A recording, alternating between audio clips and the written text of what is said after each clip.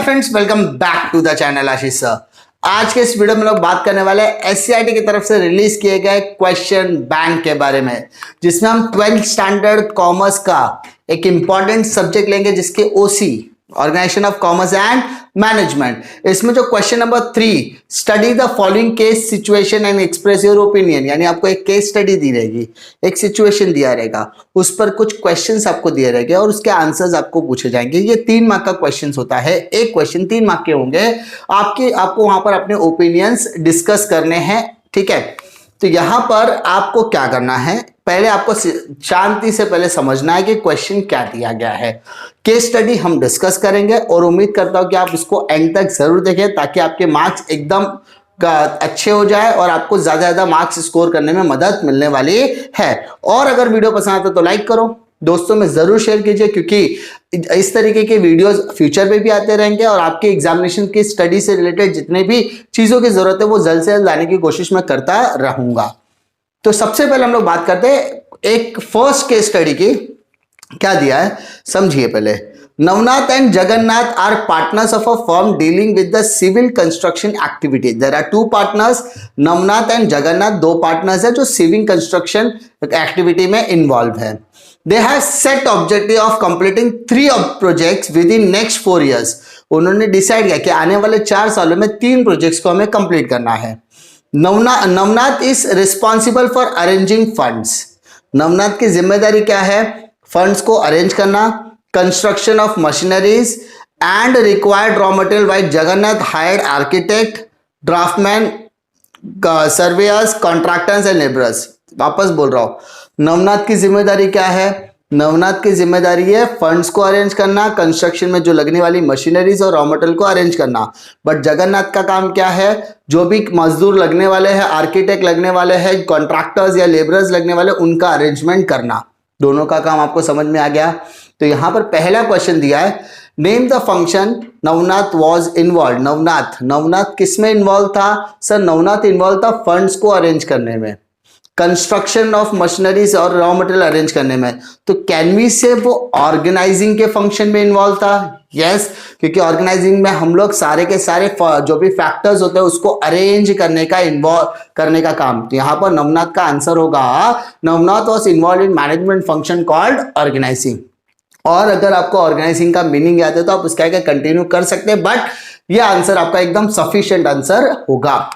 Next question बोला, who did staffing for the firm. Firm के लिए स्टाफिंग किसने किया? स्टाफिंग मतलब appointment of a person for the right job at a right time. Appointment of a person, लोगों को कौन हायर कर रहा था? सर लोगों को हायर करने का काम जगन्नाथ का था। तो आंसर होगा Jagannath did the staffing for the firm. अगर आपको स्टाफिंग का मतलब याद है तो आप लिख दो, अदरवाइज सफिशिएंट होगा।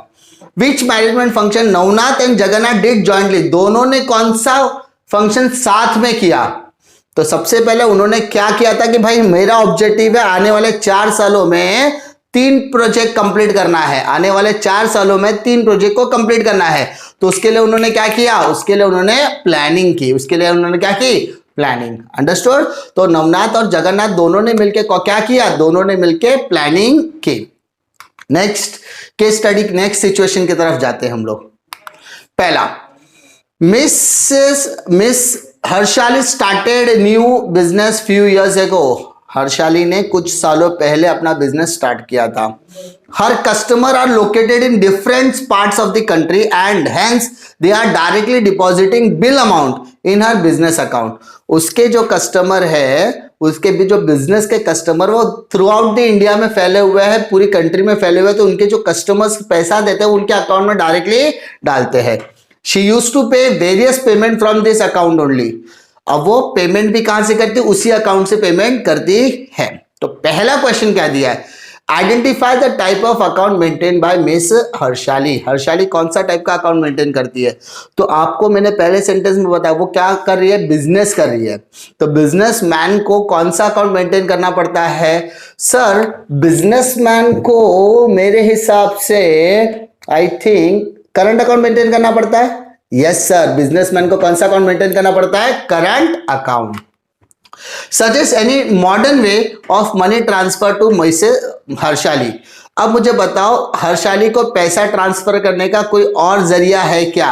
यस, अगर वो बैंक के थ्रू ही करना है तो आपके पास ऑप्शंस क्या है, NEFT, RTGS, IMPS, mobile banking, internet banking, UPI. अभी तो यूपीआई भी आ गया ना, मालूम है ना, पेटीएम यूपीआई आईडी होता है, वो सारी चीजें, भीम यूपीआई आईडी होता है, तो आप उसके थ्रू भी या डिजिटल वॉलेट के थ्रू भी आप पैसे ट्रांसफर कर सकते हो। Next, what kind of a facility does she get on her bank account. अब वो मेंटेन क्या कर रही है, करंट अकाउंट मेंटेन कर, तो करंट अकाउंट होल्डर्स को क्या फैसिलिटी मिलती है, तो करंट अकाउंट होल्डर को सबसे इंपॉर्टेंट फैसिलिटी मिलती है overdraft facility.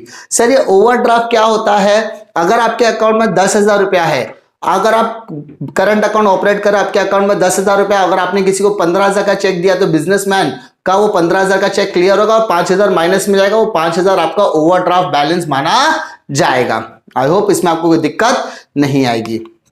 Next case study क्या कहता है, Mister Sadagopal is a businessman, he has 2 factories, Indore and Bhopal, उनकी 2 फैक्ट्री, इंदौर और भोपाल में 2 factory. He lives in Bhopal, वो कहां रहते हैं, भोपाल में रहते हैं, with his wife and 2 daughters age 5 and 8 years. ठीक है, वापस बोल रहा हूं, सदागोपाल कौन है, बिजनेसमैन है, उनकी 2 फैक्ट्रियां है इंदौर और भोपाल में, वो रहते कहाँ है, भोपाल में।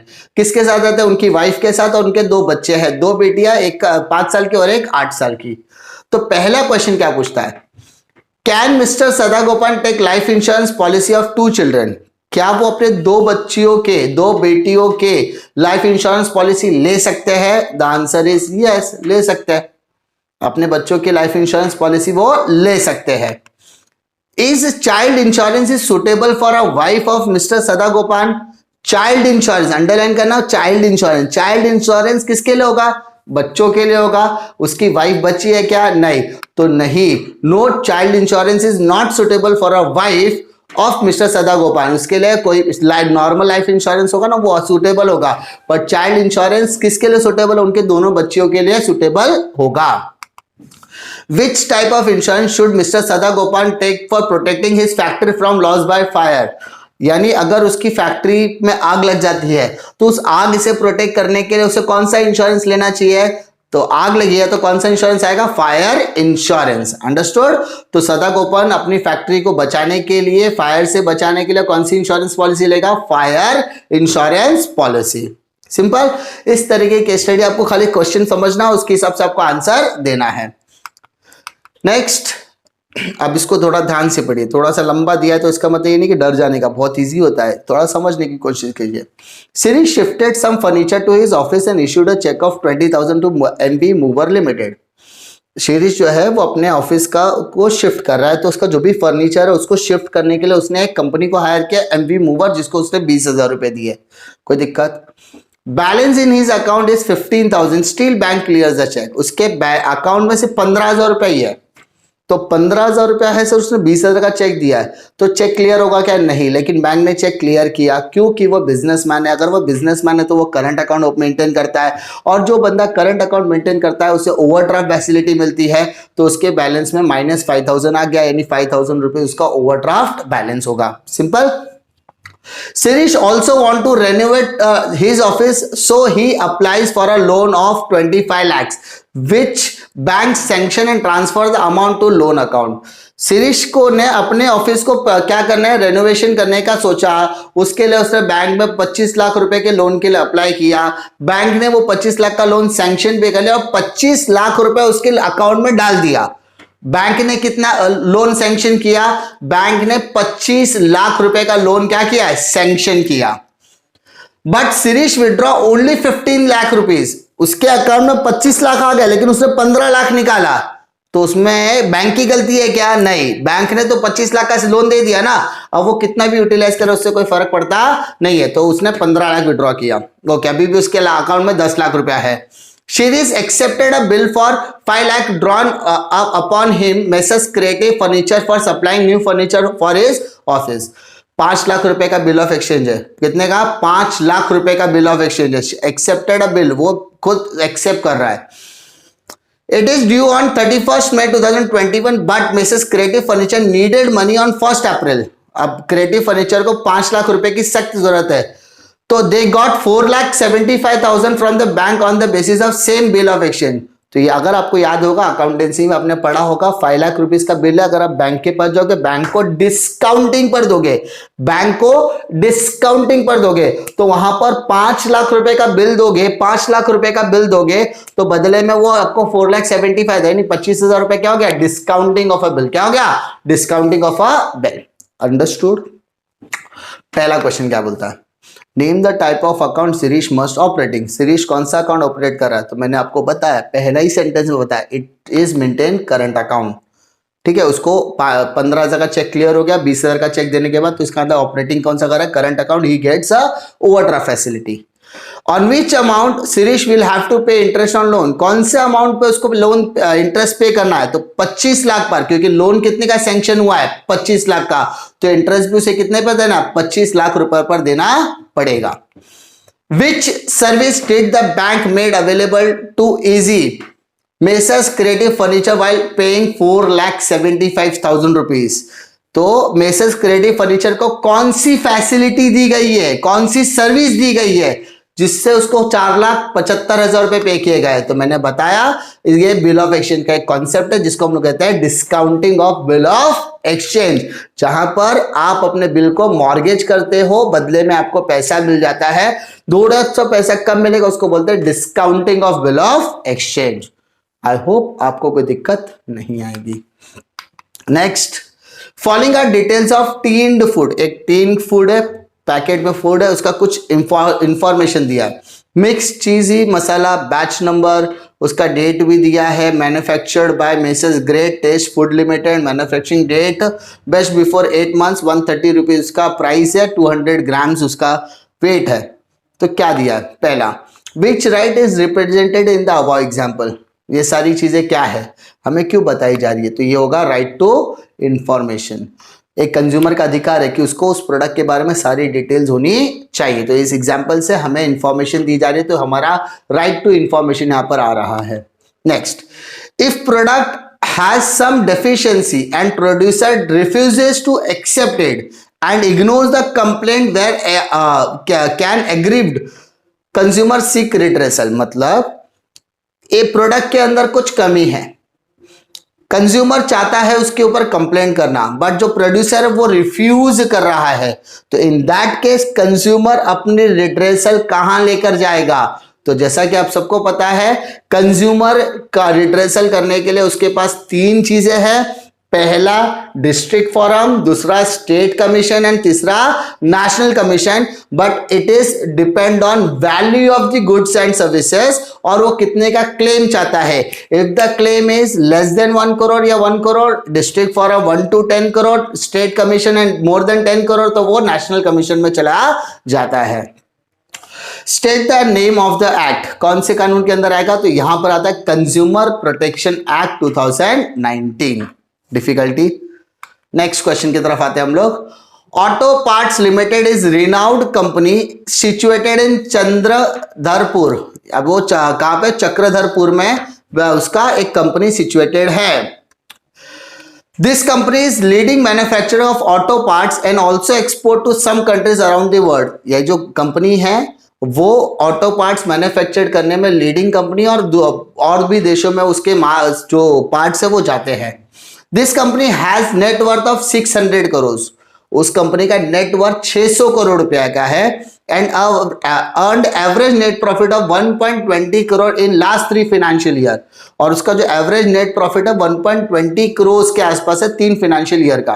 The company has form committee two director to look after CSR activity of the company. CSR मतलब कॉर्पोरेट सोशल रिस्पॉन्सिबिलिटी एक्टिविटी के लिए उसने कुछ कमिटी बनाई है। उस कमिटी में डायरेक्टर्स है जो डिसाइड करेंगे कि उसकी CSR एक्टिविटी क्या होगी और कैसे होगी। पहला question, provision of which section is applicable in case company follow CSR activities. मतलब CSR एक्टिविटी के लिए कौन सा प्रोविजन एप्लीकेबल होगा, तो ये आपको थोड़ा सा मगअप करना पड़ेगा, बाहर करना पड़ेगा। सेक्शन 135, क्या बोला मैंने, section 135 of Indian companies act 2013। Company का कौन सा कानून होगा? 135, section 135 of Indian companies act 2013 is applicable when we are talking about corporate social responsibility, तो 135 सेक्शन लगेगा। Next, how much amount company need to spend on CSR activity? CSR activity में कितना पैसा लगाना चाहिए? तो 2%, कितना percent? 2%। Company needs to spend at least 2% of average net profit made during the 3 immediately preceding the financial year. मतलब अगर हम लोग बात करें 1 करोड़ 20 करोड़ 1.20 करोड़ की, 1 करोड़ 20 लाख की, तो 1 करोड़ 20 लाख का 2% होता है 2,40,000 रुपया सीएसआर एक्टिविटी में लगना चाहिए। Understood? Section 135 of Indian Companies Act 2013 clearly states that the company should spend 2% of the net profit of the last 3 years. ठीक है, एवरेज ऑफ लास्ट 3 years, 3 साल के एवरेज का 1.20 करोड़ का 2% निकाला तो 2,40,000 should be spend on CSR activity. How many directors are required to constitute CSR committee? CSR committee में कितने डायरेक्टर्स का इन्वॉल्वमेंट होना जरूरी है, या कितने कमेटी, उस कमेटी में कितने डायरेक्टर्स होने चाहिए?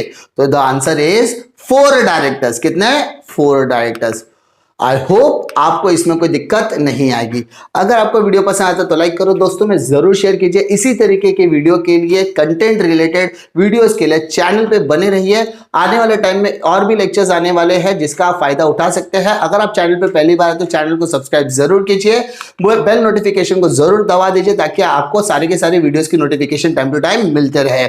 साथ ही साथ इस नोट्स की पीडीएफ आपको टेलीग्राम चैनल पे मिल जाएगी, तो मेक श्योर कि आप टेलीग्राम चैनल को जरूर ज्वाइन करेंगे। आने वाले एग्जामिनेशन में आप सभी को बेस्ट ऑफ लक। काम इतना अच्छे से करो, हार्ड वर्क इतने अच्छे तरीके से करो कि आपका काम दिखना चाहिए, आपकी मेहनत दिखनी चाहिए, आपको अपनी एक्सपेक्टेशन से ज्यादा मार्क्स मिलने चाहिए। मिलता हूं मैं आपको अगले वीडियो में, तब तक के लिए जय हिंद।